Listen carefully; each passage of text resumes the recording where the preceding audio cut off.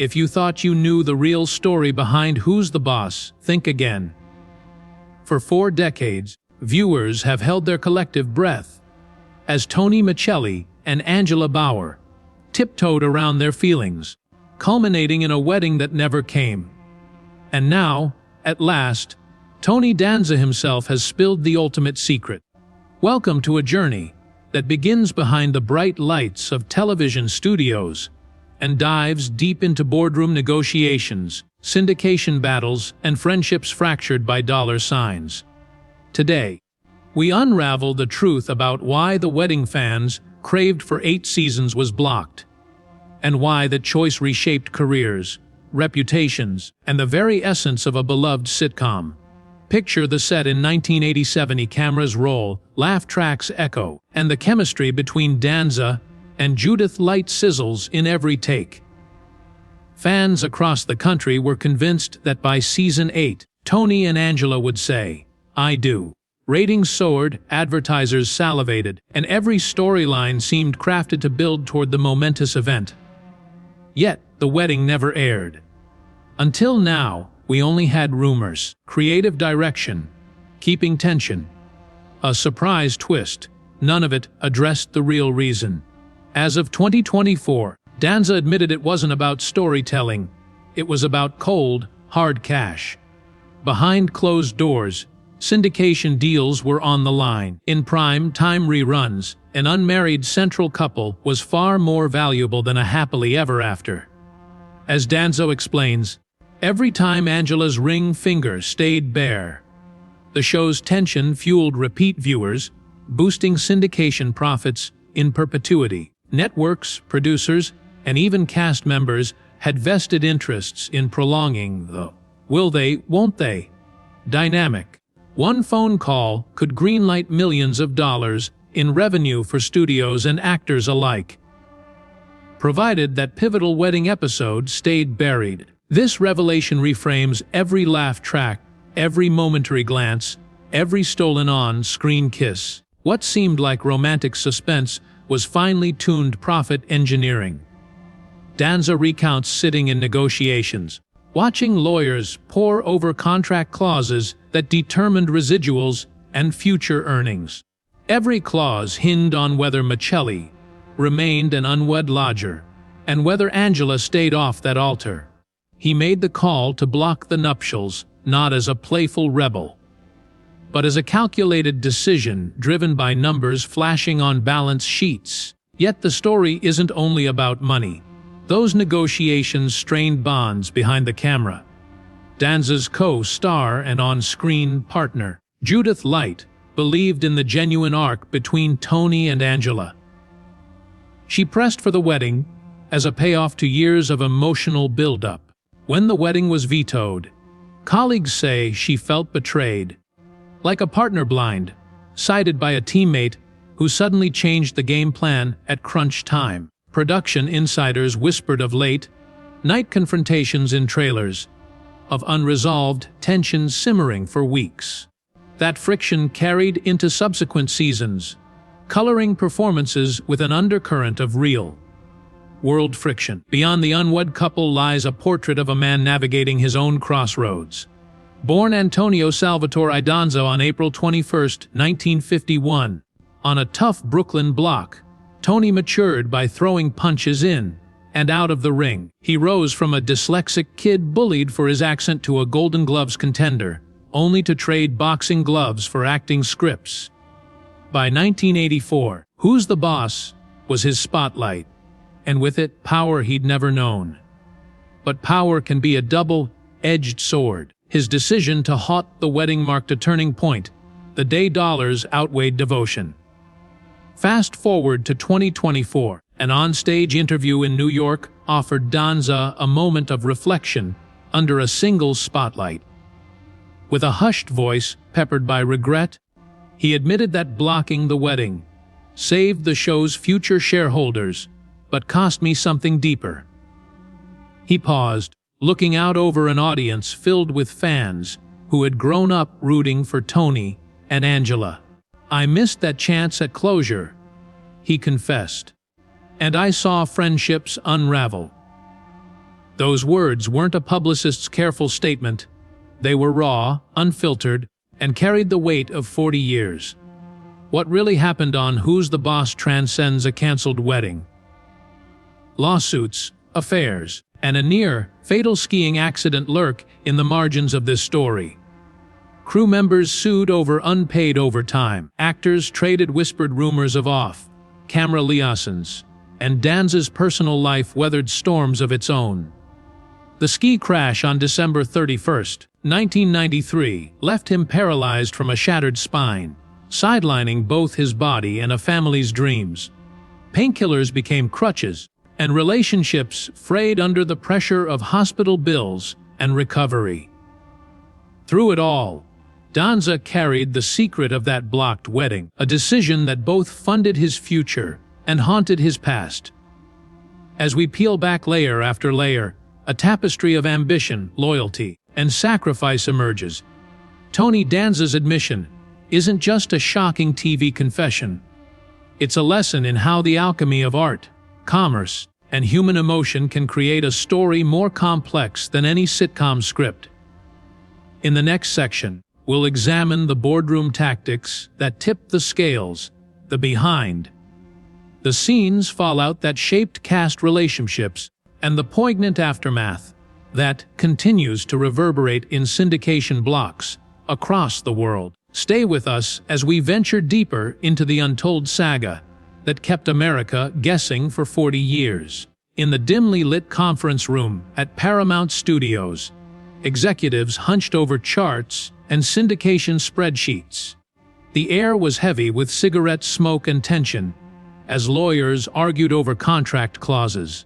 Every network rerun meant new revenue streams, hundreds of thousands of dollars each week, and one pivotal clause determined whether Who's the Boss would keep fans guessing year after year. If Tony Danza's character married Angela Bauer on screen, the syndication formula flipped. Advertisers preferred the open-ended romance, the what-if factor that kept viewers coming back. Danza himself sat at the table, flanked by his agent and his lawyer. He watched as numbers flickered on a projector screens, projected profits for married episodes versus unmarried episodes, audience retention rates, residual percentages. The data didn't lie. The wedding episode threatened to reduce viewership in syndication by nearly 20%. Ultimately, Danza made his decision. He signed the dotted line, blocking the wedding with a single stroke. When he left the room, he carried the weight of a choice few fans could understand at the time. Back on set, the mood shifted. Judith Light, who played Angela, arrived early to rehearse the wedding scene. She expected to find a full crew, cameras positioned to capture the ceremony. Instead, she found empty set pieces and a note pinned to the script supervisor's chair. Wedding episode postponed indefinitely. Her heart sank. In private, she confronted Danza in his trailer. The conversation turned heated. She accused him of putting dollars above art, of betraying their shared dreams. Danza defended his choice as financial stewardship, not just for himself, but for every cast member who earned syndication residuals. Light's eyes filled with tears. Their on-screen chemistry took on a new dimension, one tinged with real disappointment and tension. Production continued, but the ripple effects endured. Crew members whispered in the hallways about backstage politics, about the big man calling the shots. Light began to distance herself, retreating into method acting to cope with her frustration. The show's writers tried to compensate. They penned episodes rich in emotional tension, hoping to satisfy fans' cravings for closure. They introduced a near-marriage scenario, complete with a cliffhanger proposal. But each time the payoff fizzled. Every season finale teased a possibly cancelled flight, a surprise interruption, a call from a distant relative. Anything to hint at the wedding that would never happen. Viewers tuned in religiously, craving resolution. not knowing they were part of a carefully engineered business strategy. Meanwhile, syndication deals rolled in. Paramount sold rerun rights to local stations across the country, to cable networks overseas, and even to emerging streaming platforms in the early 2000s. Each new deal included a clause tying residuals to the unresolved storyline.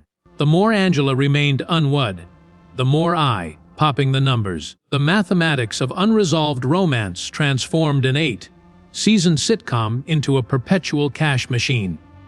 Danza's initial hesitation, which he now describes as a split-second business decision, blossomed into decades of revenue. Yet with each syndication check, he felt a pang of guilt. He knew behind the scenes that some of the joy top executives celebrated came at the cost of narrative closure and camaraderie among actors. The story took another turn during the final season. Network executives sensed they had stretched the tension too far. Ratings plateaued as viewers grew wary of the endless will they, won't they cycle. Focus groups cited wedding fatigue and threatened to switch channels for shows with more satisfying story arcs. An emergency meeting convened in early 1992. Paramount, ABC, and the cast assembled once again. This time, voices opposed Danza's decision. Judith Light insisted that true storytelling sacrifices were worth a short-term dip in syndication profits to preserve the show's integrity and fan loyalty. Producers worried about plummeting viewership, but also about tarnishing the show's legacy. The final compromise, a pseudo-wedding, an episode where Tony and Angela participated in a friend's ceremony, complete with vows and cake, but they themselves remained unattached. It was a narrative sleight of hand, designed to appease both sides. Fans reacted with mixed feelings, relief that they saw rings, frustration that it wasn't the main event.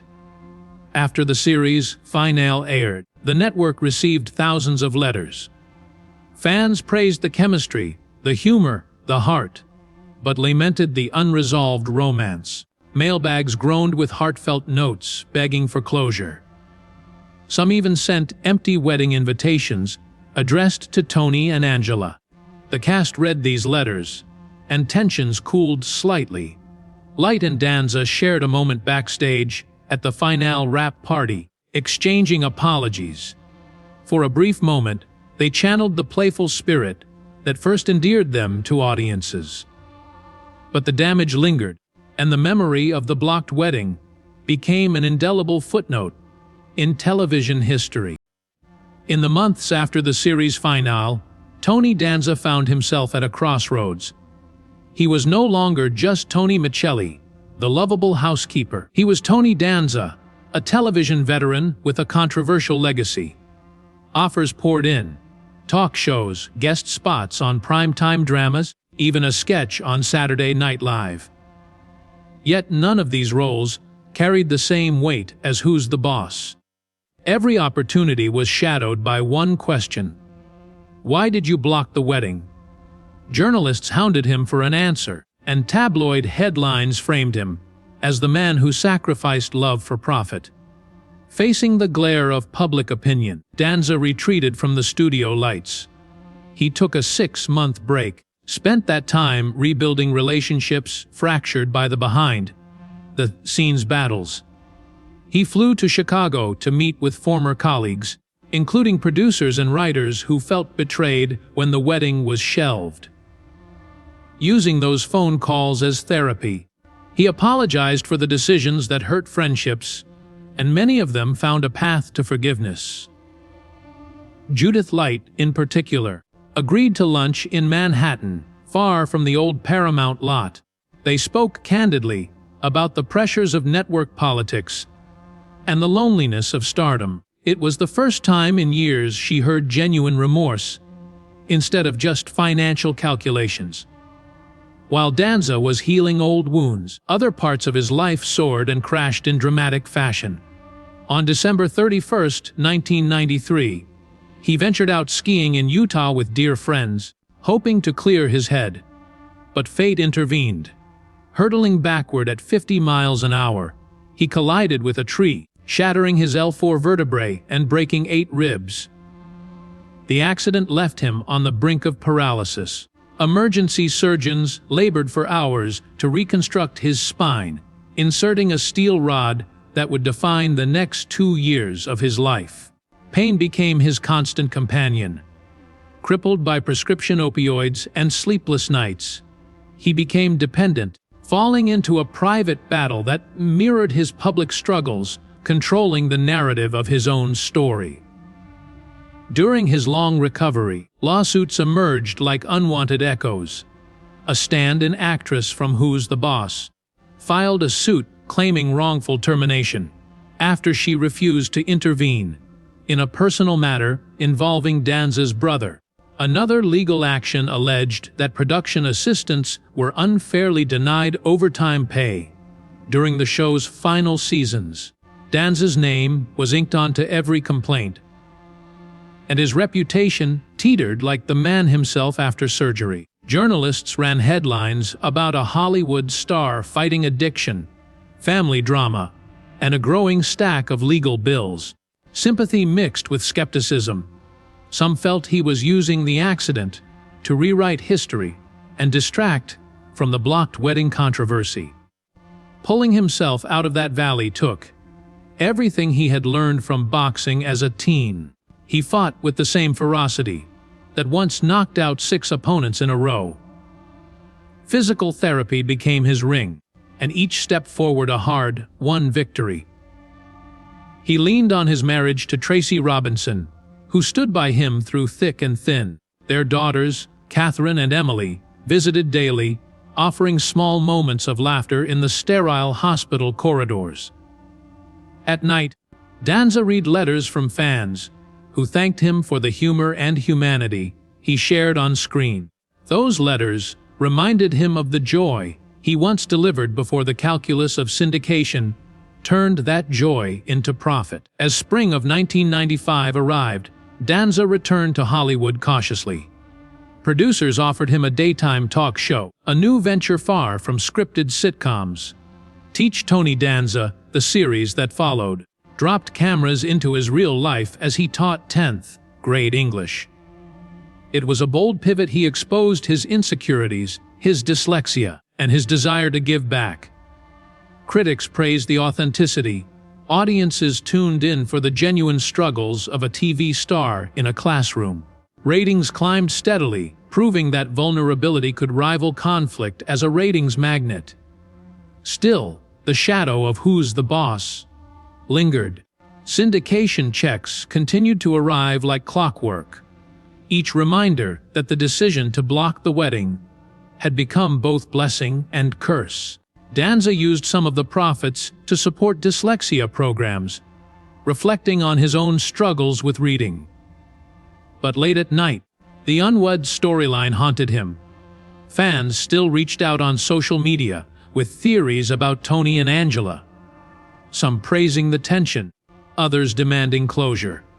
The public's refusal to move on proved Danza's point about FOMO, yet frustrated him as an artist. He realized that while unresolved drama can fuel a series, it can also trap the creator in an eternal loop. As 1996 dawned, he knew he had to break free. Questions lingered: could the past ever be truly set aside? Finally, in 1997, when Tony Danza agreed to headline Hudson Street, he believed he had found a path to redemption. After the lingering frustration over Who's the Boss, this new sitcom seemed a chance to reset expectations. The pilot delivered strong numbers, 23.4 million tuning in for the premiere. But it carried the weight of Danza's past choice. Critics noted the series struggled to find its voice, as if the creative team couldn't escape the shadow of his earlier decisions. Ratings dipped quickly, and by mid-season, Hudson Street was moved to that death slot on Saturday nights. Within months, ABC pulled the plug after just 22 episodes. For Danza, the cancellation felt eerily familiar, another abruptly ended chapter, another reminder that momentum in Hollywood can vanish overnight. Instead of retreating, Tony tried again in 1998 with The Tony Danza Show, a variety program blending sketches, interviews, and Danza's trademark charm. It had all the ingredients for success: a beloved host, energetic format, and celebrity guests. But it failed to resonate. Only 5 episodes aired before NBC abandoned it, leaving 9 completed shows unseen. Even a People's Choice Award couldn't save it. Danza joked in interviews that he was becoming the unluckiest guy on television. But underneath the humor was fatigue. He was haunted not by critics, but by the audience's memories of Tony Michelli and the frozen promise of a wedding that never came. By 2000, Danza pivoted to drama with Family Law, playing a lawyer juggling cases and family turmoil. In some ways, it was a perfect match. Life imitated art as he balanced his on-screen divorce storylines with his own tumultuous relationships. Critics praised his performance, and viewers warmed to the mature, grounded tone. But the constant commute between New York and Los Angeles drained him. He flew weekly, missing important family moments, and the stress triggered a midlife reflection he couldn't ignore. After 2 seasons and 44 episodes, Danza voluntarily left the series to spend more time at home. The public respected the choice, but inside, he wrestled with the model of success he once chased, one that valued box office over balance, profits over peace. In 2004, seeking a new creative outlet and a chance to honor his childhood dream, Danza took Broadway by storm in The Producers. Despite the back injury that nearly paralyzed him a decade earlier, he danced and sang with the grace of a veteran performer. Audiences were thrilled to see the tough guy boxer from Brooklyn transform into a musical comedian. Critics hailed his Tony nomination-worthy turn, and Danza felt alive in a way television hadn't allowed for years. That stage triumph marked a turning point. He realized he craved authenticity more than syndication checks. The roar of a live crowd, the immediacy of applause, undoing 80 episodes of unresolved tension in a single curtain call. Between Broadway runs and guest spots, Danza finally confronted the wedding controversy head-on. In a 2006 interview with a leading entertainment magazine, he admitted for the first time that financial incentives had driven his decision, and that he regretted the personal toll it took on cast and crew. His words were careful yet candid. "I was thinking of every paycheck," he said. "I wasn't thinking of my friends." The apology rippled through the industry. Co-stars praised his honesty, and even Judith Light acknowledged the courage it took. For the first time, the narrative shifted from grudging acceptance to grudging respect. Viewers who once felt cheated began to see the man behind the sitcom, flawed but accountable. In the years that followed, Danza embraced projects that prioritized heart over hype. Teach Tony Danza remained a favorite among fans for its raw depiction of a TV star in a real classroom. Charitable work supporting dyslexia programs honored his personal struggle. Guest roles on modern hit shows reintroduced him to younger audiences. And he nurtured genuine, unscripted moments that contrasted sharply with the manufactured tension of Who's the Boss. Yet the unplayed wedding remained a cultural touchstone, a case study in the power of unresolved drama. Danza learned that some stories are best left incomplete, but that reputation demands occasional closure. As 2024 dawned, Tony Danza stood on stage at a Broadway benefit with Alyssa Milano by his side. They shared a moment of nostalgia, speaking of the old days and hinting at a possible reboot. Audience members held their breath, half breathing in excitement, half bracing for disappointment.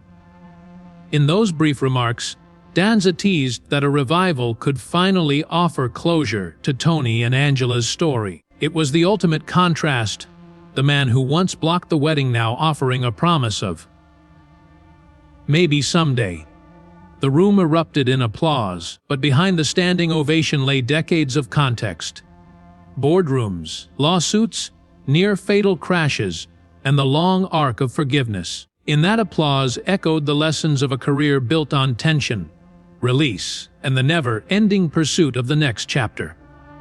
Today, in 2024, Tony Danza stands at a crossroads between the past and the future, nostalgia and reinvention. His announcement on the Broadway stage, teasing a possible revival of Who's the Boss, reshaped every fan expectation instantly. After 40 years of speculation, his promise of closure felt like a lifeline to viewers still longing for Tony Michelli and Angela Bauer to finally say, "I do." He knows the weight of 40 seasons worth of expectations. Every fan theory circulating online, every Twitter thread begging for details, fueled a hunger he no longer ignores. He recalls the late nights reviewing log sheets, thinking about that wedding episode stuck in limbo. Now, the concept of a reboot is more than content. It's atonement, a chance to give fans the resolution they deserved, and that he once blocked. The proposed revival would revisit Tony Michelli's Brooklyn roots, exploring his life before he became the household face of a sitcom. Writers plan to flash between the moment he considered blocking that wedding and a new timeline where he finally faces the consequences of that choice. Through witty banter and heartfelt monologues, the audience would witness the cost of keeping a storyline forever suspended. Casting remains crucial. Producers want the original chemistry between Danza and Judith Light to anchor this new narrative. Negotiations have been intense, schedules to align, budgets to meet, and contractual details to untangle after decades apart. Both actors have matured, and their real-life experiences, marriages, divorces, triumphs, and tragedies, promise depth. If those two stand opposite each other again, viewers will feel every unspoken apology and every lingering regret. Behind the scenes, debates rage over tonal balance. Should the reboot lean into comedy as before, or delve into dramatic territory, uncovering the financial boardroom scenes, the near-fatal accidents, and the emotional aftermath? Early scripts hint at a hybrid approach. Episodes would alternate light-hearted domestic comedy with intense flashbacks to Danza's boxing matches and his harrowing recovery. Contrast framing becomes the engine driving each chapter. But there's risk. Reopening old wounds might dredge painful memories for Danza and his castmates. The lawsuit by the stand-in actress, the bitter divorce settlements, the ski accident all linger in public consciousness. A misstep could feel exploitative. The creative team debates how to honor the truth without turning the series into a morbid spectacle. Early discussions emphasize character-driven storytelling over sensational headlines. Audiences now crave authenticity. Streaming giants proved that raw documentaries and deep memoirs draw huge audiences. Danza's own experience teaching in a Philadelphia high school established his credibility as a storyteller unafraid to reveal vulnerability. Bringing that sensibility to a sitcom revival could reframe